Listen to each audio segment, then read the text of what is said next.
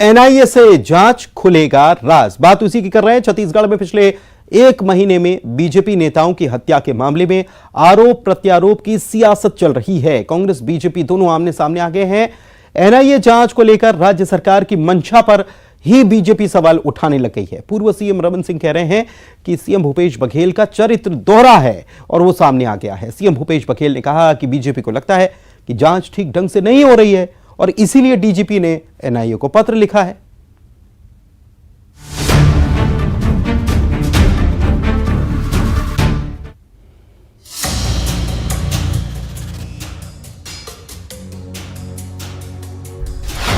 नक्सलियों के टारगेट पर बीजेपी नेता। पिछले एक महीने में 3 बीजेपी नेताओं की हत्या। डीजीपी ने की एनआईए से जांच कराने की मांग। छत्तीसगढ़ में बीजेपी नेता लगातार नक्सलियों के निशाने पर हैं। बीते एक महीने में 3 बीजेपी नेताओं की हत्या से सनसनी फैली हुई है और बीजेपी नेताओं में दहशत बरकरार है। इसको लेकर छत्तीसगढ़ में सियासत शुरू हो चुकी है। बीजेपी ने राज्य सरकार के खिलाफ मोर्चा खोला है और जगदलपुर में बीजेपी विरोध प्रदर्शन कर रही है। दरअसल बीजेपी नेताओं के लगातार विरोध प्रदर्शन के बाद गुरुवार को छत्तीसगढ़ के डीजीपी ने एनआईए को खत लिखा है। एनआईए के महानिदेशक को पत्र लिखकर बस्तर में हुई 3 नेताओं की हत्या की जांच की मांग की गई है और इन तीनों नेताओं की हत्याओं की जानकारी दी गई है। लेकिन जांच की मांग करने से पहले इस मामले में सियासत छिड़ी हुई है। कांग्रेस और बीजेपी इस मामले में आमने सामने आ चुके हैं। बीजेपी प्रदेश अध्यक्ष अरुण साव ने प्रदेश सरकार पर तंज कसा और कहा कि क्या कांग्रेस अब एनआईए पर विश्वास करने लगी है। ऐसे गंभीर मामलों पर भी राजनीति कर रही है। राज्य की प्रशासनिक अमला किस तरह काम कर रही है, ये भी इस पत्र से स्पष्ट होता है और राज्य के प्रशासनिक अधिकारियों में कितनी गंभीरता है, ये इस बात को भी स्पष्ट करता है। यह पत्र इस बात को भी स्पष्ट कर रहा है कि राज्य सरकार कानून व्यवस्था पर नियंत्रण अपनी खो चुकी है। राज्य के लोगों को सुरक्षा देने में राज्य सरकार असफल हुई है और घटनाओं की वो जांच करने में भी पूरी तरह से सरकार फेल हो गई है। ये इस बात को दर्शाता है कि अब उन्हें राज्य में घटित घटनाओं को जांच के लिए एनआईए को पत्र लिखना पड़ रहा है। वहीं डीजीपी की एनआईए को चिट्ठी लिखने पर सीएम भूपेश बघेल ने कहा कि बीजेपी को लगता है जांच ठीक ढंग से नहीं हो रही। बीजेपी के लोग धरना प्रदर्शन कर रहे हैं, इसीलिए डीजीपी ने एनआईए को पत्र लिखा है। देखिए, भारतीय जनता पार्टी अभी जो 3 नक्सली हमले हुए और जिसके कारण से मौतें हुई, उसके बारे में उनको लगता है कि जांच है वो ठीक ढंग से नहीं हो रहा है और वो लोग धरना प्रदर्शन भी कर रहे हैं। पहले भी जब हम लोग जांच कर रहे थे तो एनआईए सीधा टेक ओवर कर ली थी और हम लोग कोर्ट में, मतलब वो लोग कोर्ट भी, हम जो एसआईटी वगैरह गठन किए उसके खिलाफ कोर्ट भी गए। और अभी जब इस प्रकार से और घटनाएं घटी है तो इस मामले में डीजी ने एनआईए के महानिदेशक को पत्र लिखा है कि इसकी भी जांच एनआईए से करा ले ताकि भारतीय जनता पार्टी के लोग संतुष्ट हो सकें। बस्तर के बीजेपी नेताओं की हत्या मामले में पूर्व सीएम रमन सिंह ने प्रदेश सरकार पर निशाना साधा है और कहा है कि एक बार फिर सीएम का दोहरा चरित्र सामने आया है। हमारे 4 नेताओं की निर्मम हत्या हुई है, इस पर सरकार ने कोई कदम नहीं उठाया। एक बार फिर छत्तीसगढ़ के मुख्यमंत्री भूपेश बघेल के दोहरा चरित्र सामने आया है। 4 हमारे वरिष्ठ नेताओं को एक माह के अंदर जिस निर्मम तरीके से हत्या हुई और उस हत्या के बाद सरकार हाथ पे हाथ धरे बैठी रही और कोई कदम नहीं उठाया। सुरक्षा वापस लिए जा रहे हैं। जितने पूर्व विधायक, पूर्व सांसद हैं और जितने बस्तर के हमारे वरिष्ठ नेतागण हैं जिनको क्षेत्र में घूमना पड़ता है, उन सब की सुरक्षा व्यवस्था धीरे धीरे समाप्त कर दी गई। छत्तीसगढ़ में लगातार बीजेपी नेता नक्सलियों के टारगेट पर हैं। इसको लेकर बीजेपी राज्य की कांग्रेस सरकार पर कानून व्यवस्था को लेकर सवाल उठा रही है। वहीं अब छत्तीसगढ़ सरकार की तरफ से इस मामले की जांच के लिए डीजीपी ने एनआईए को खत लिख दिया है। इस पर सियासत तेज है। अब देखने वाली बात यह होगी कि क्या एनआईए की जांच से बीजेपी नेताओं की हत्या का राज खुल पाएगा। Bureau report, news 18। और इसी मसले पर आज हमसे चर्चा करने के लिए हमारे साथ जुड़े हुए हैं धनंजय सिंह ठाकुर, प्रवक्ता हैं कांग्रेस के, और देवलाल ठाकुर बीजेपी के प्रवक्ता हैं। आप दोनों का बहुत बहुत स्वागत है। देवलाल जी, वाकई में दुखद बात है, आपके नेताओं की लगातार जान ली जा रही है, हत्या की जा रही है, लेकिन अभी हम सुन रहे थे कि एनआईए पर की जांच पर भी आप लोगों को आपत्ति है। आप लोग कह रहे हैं कि एनआईए की जांच की जरूरत क्या है, प्रदेश सरकार जो है वो ठीक तरीके से जांच नहीं कर पा रही। ये क्या है आखिर, क्या आप लोगों का स्टैंड क्या है?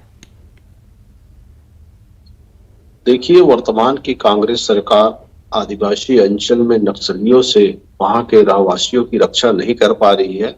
साथ ही इस पूरे प्रदेश में लॉ एंड ऑर्डर इतना बिगड़ा हुआ है कि हत्या, लूट, डकैती, बलात्कार जैसे हालात तो पूरे प्रदेश में है। हत्याएं तो शहरों में भी हो रही है, लेकिन खासकर अभी जिस प्रकार से हत्या बस्तर में हो रही है, जो बस्तर संभाग में हो रही है, उस पर सवाल इसलिए उठते हैं क्योंकि वहां पर चिन्हांकित करके भारतीय जनता पार्टी के लोगों को मारा जा रहा है। कहीं ना कहीं ये किसके संरक्षण में मारा जा रहा है? आखिर नक्सलियों के हौसले ऐसे कितने बुलंद हो गए कि भारतीय जनता पार्टी के नेताओं को ही चिन्हांकित करके मौत के घाट उतारा जा रहा है। कहीं ना कहीं सवाल इसलिए भी पैदा होते हैं क्योंकि कांग्रेस के लोगों ने इन्हें अपना भाई बताया, हमदर्द बताया। कांग्रेस के एक राज्यसभा सांसद जो छत्तीसगढ़ से गई है, उन्होंने तो यहाँ तक कह दिया कि उनके कृत्य अच्छे कार्य करने के लिए नक्सली होते हैं।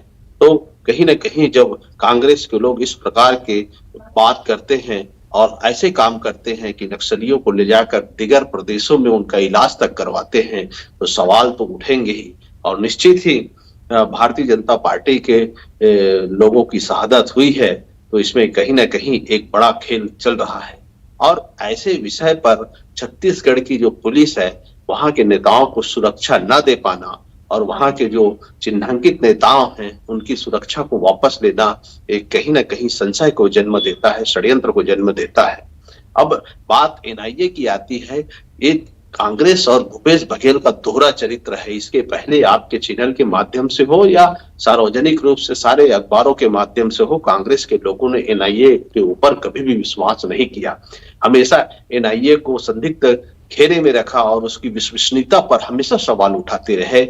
ऐसे समय में यहाँ के डीजीपी का एनआईए को पत्र लिखना और उस पत्र को सार्वजनिक कर देना कहीं ना कहीं ये राजनीतिक षड्यंत्र को दर्शाता है। और इस प्रदेश के मुख्यमंत्री, मैं पहले भी कहता रहा हूं कि वो कूट रचना करने के माहिर खिलाड़ी हैं, क्योंकि वो कूट रचित दस्तावेज से तो खुद ही आए हैं सफेदा लगाकर। तो इस छत्तीसगढ़ की जनता को, शांत जनता को अशांत करने का जो प्रयास करते रहे हैं वो आगे भी करते रहेंगे और इनसे हमको बचने की भी आवश्यकता है। छत्तीसगढ़ वासियों को, छत्तीसगढ़ के लोगों के लिए अगर अच्छा कार्य करना, इस पर धनंजय जी को भी समय देते। धनंजय जी, आप सुन रहे होंगे देवलाल जी को, सुरक्षा व्यवस्था सवाल उठा रहे हैं एक तरफ तो प्रदेश की कांग्रेस सरकार पर, वो कह रहे हैं कि लोगों की सुरक्षा नहीं कर पा रही है सरकार। वो ये भी कह रहे हैं कि नक्सली जो हैं उनको अपना भाई बता देती है प्रदेश कांग्रेस सरकार, या नेता लोग, कांग्रेस के नेता लोग जो हैं वो अपना भाई बता देते हैं। तो मंशा पर और चरित्र पर, दोहरा चरित्र सीएम का, ये कह रहे हैं देवलाल जी। देखिए, पहली बात तो बता दूं आपको पुलिस जी, बस्तर में जो नक्सली है ना, वो भारतीय जनता पार्टी के नेताओं के घर खाना खाते हैं। भारतीय जनता पार्टी के नेता के परिवार के लोग नक्सली साहित्यों का छपाने का काम करते हैं। नक्सलियों के मददगार के रूप में अगर किसी गिरफ्तारी होती है तो भारतीय जनता पार्टी के नेता की गिरफ्तारी होती है। नक्सलियों को जो दस्तावेज किसी बरामद होता है तो भाजपा के पूर्व सांसद के गाड़ी से बरामद होता है। मैं तो नाम गिना दूंगा, एक पुस्तक पूरी लिखी गई है कि वो वासु नहीं है। उसमें लिखा गया है कि भाजपा के जो प्रदेश अध्यक्ष थे विक्रम उसेंडी जी और लता उसेंडी जी, इनके घर तो नक्सली जाके खाना खाते थे। और लता उसेंडी के जो परिवार के सदस्य हैं जो फॉरेस्ट में थे, वो तो नक्सली साहित्य को छपवाते थे। आज तक किसी भाजपा नेता ने या स्वयं लता उसेंडी जी ने, विक्रम उसेंडी जी ने उस पुस्तक पे कोई क्लेम नहीं किया, पहली बात। दूसरी बात, भूपेश बघेल जी को तो भाजपा नेताओं को धन्यवाद देना चाहिए कि भाजपा के नेता जो आरोप लगा रहे हैं कि राज्य की पुलिस जो जांच की है उससे संतुष्ट नहीं है। हमने 4 कदम आगे बढ़कर एनआईए की जांच के लिए पत्र लिख दिया है। केंद्र में इनकी सरकार है, भारतीय जनता पार्टी की सरकार है। जब हम एनआईए को पत्र लिखकर उस घटनाक्रम जो भाजपा के लोग जो आरोप लगा रहे हैं उस घटनाक्रम की जांच की बात हम जब कर रहे हैं तो भाजपा नेताओं को पसीना क्यों छूट रहा है भाई? क्यों तकलीफ हो रहा है भाजपा नेताओं को? क्या किस बात का डर सता रहा है भाजपा नेताओं को? क्योंकि भाजपा के नेता लाशों पर राजनीति करते हैं। सदन में जिस प्रकार से सर्वोच्च सदन है देश का पार्लियामेंट, वहां भाजपा के प्रदेश अध्यक्ष अरुण साव जी जो सांसद भी है चीख चीख के चिल्ला रहे थे वहां पर। मैंने उसी दिन कहा कि अरुण साव जी के पास अगर इस षड्यंत्र का कोई सबूत है, कोई तथ्य है, कोई आधार होगा तो सदन में गुमराह कर रहे हैं तो उनको सदन के पटल में रखना चाहिए और केंद्रीय जांच एजेंसी तो अरुण साव से पहले पूछताछ करे कि अगर वो आरोप लगा रहे हैं तो कोई तथ्य तो उनके पास होगा ना। और अब एनआईए की जब जांच हो रही है, अगर भाजपा के आरोप पर एनआईए की जांच हो रही है तो भाजपा का पसीना क्यों छूट रहा है भाई? ठीक है और देवलाल जी, हाँ ठीक है, देवलाल जी से जवाब मांग लेते ना। देवलाल जी एक बात बताइए कि आप एनआईए, राज्य सरकार ने एनआईए को जांच क्यों सौंप दी? आप इस पर सवाल उठा रहे हैं, सरकार भरोसा नहीं करती है। कांग्रेस भले ही भरोसा न करती हो या बयानों में ये दर्शाती हो, लेकिन सरकार में बैठा सरकार जब बनती है तो ये आप और हम सब जानते हैं कि सरकार की अपनी व्यवस्था होती है। दूसरी बात कि भरोसा आप लोगों को तो है ना, और अगर एनआईए को जांच सौंपी जाती है और अगर आपको भरोसा है तो फिर आपत्ति क्या है? देखिए, मैं पहले भी कहा, ये बोल रहे थे ना कि कांग्रेस के कौन नेता भाई बता रहे हैं, तो रंजीत रंजन जो इनके सांसद हैं अभी, जो यहाँ छत्तीसगढ़ से राज्यसभा सांसद हैं, उन्होंने भाईचारा और भाई तक से संबोधित किया, तो इस बात को नकारा नहीं जा सकता। अब बात आती है जांच की। छत्तीसगढ़ में अगर कोई सरकार बनती है तो क्या सिर्फ भ्रष्टाचार करने के लिए बनती है? क्या कोयले की दलाली के लिए बनती है? क्या छत्तीसगढ़ को एटीएम बना के गांधी परिवार के रखने के लिए छत्तीसगढ़ में कांग्रेस की सरकार बनती है? छत्तीसगढ़ में अगर कांग्रेस की सरकार बनी है तो सुरक्षा व्यवस्था को यहाँ के नागरिकों को देने के लिए भी सरकार होती है। सरकार की अहम जिम्मेदारी होती है कि यहाँ के रहवासियों की सुरक्षा का संपूर्ण ध्यान रखा जाए। यही नहीं कि तो ये जब जांच होगी तो ये सामने आएगा ना। देखिए एनआईए, मेरी बात समझिए, मेरा सवाल है इसमें, मेरा सवाल है कि अगर एनआईए जांच करेगी तो ये भी सामने आएगा, ये बात भी सामने आएगी कि सिक्योरिटी में लूप होल था, इनको सिक्योरिटी दी गई थी, यहां पर हटा ली गई, इसकी वजह से हुआ। और एनआईए जांच करेगी तो फिर आपत्ति क्या है आप लोगों को? इसलिए भी मैं ये सवाल कर रहा हूं क्योंकि आज तो आप एनआईए जांच को लेकर करें, लेकिन इसके पहले आप लोग सीधे सीधे कांग्रेस पर यह आरोप लगा रहे थे कि कांग्रेस और नक्सलियों ने मिलकर यह हत्याकांड को अंजाम दिया है, और कई सारे नेताओं की बाइट। देखिए, सवाल तो उठेंगे ही ना। मैंने कहा ना, तो एनआईए जांच करेगी ना, ले जाकर एनआईए तो जांच अपना करेगी, उसमें कोई दो मत नहीं है। लेकिन जो दोहरा चरित्र है वो इनका है छत्तीसगढ़ वासियों के सामने। इन्होंने पहले भी एनआईए के ऊपर विश्वास नहीं किया, सीबीआई के ऊपर विश्वास नहीं करते, इन लोग ईडी के ऊपर विश्वास नहीं करते। लेकिन आप लोगों को विश्वास है इसलिए वो जांच को सौंप दे रहे हैं, ये कह रहे हैं वो। क्यों? हमारा विश्वास तो सदैव हर जांच एजेंसी पर होता है, लेकिन इस प्रदेश, लेकिन इस सवाल को उठाने के क्या मायने कि इनको विश्वास है कि नहीं? आप लोगों को विश्वास है, और आप लोगों के विश्वास को हासिल करने के लिए अगर सरकार करवा रही है तो आपको क्या दिक्कत हो रही है? यह समझ से परे है थोड़ा। रायपुर में बैठकर कोई भी आदमी ये बयान दे सकता है। मैं खुद दंतेवाड़ा और नारायणपुर में आज था और हूं। मैं ये कहना चाहता हूं कि इस जो प्रकार की जो भय का माहौल है, आप उस क्षेत्र में जाइए, आपके चैनल के माध्यम से दिखाइए कि लोगों के मन में कितना भय हो गया, लोग गांव जाने से। धनंजय जी जवाब दीजिए। जो राजनीतिक में जो सांसद, हाँ धनंजय जी जवाब दीजिए, 30 सेकंड। उनकी सुरुरक्षा व्यवस्था छीन ली गई है। आप जिनको सुरक्षा व्यवस्था मिली थी उसको छीन लेंगे। 30 सेकंड।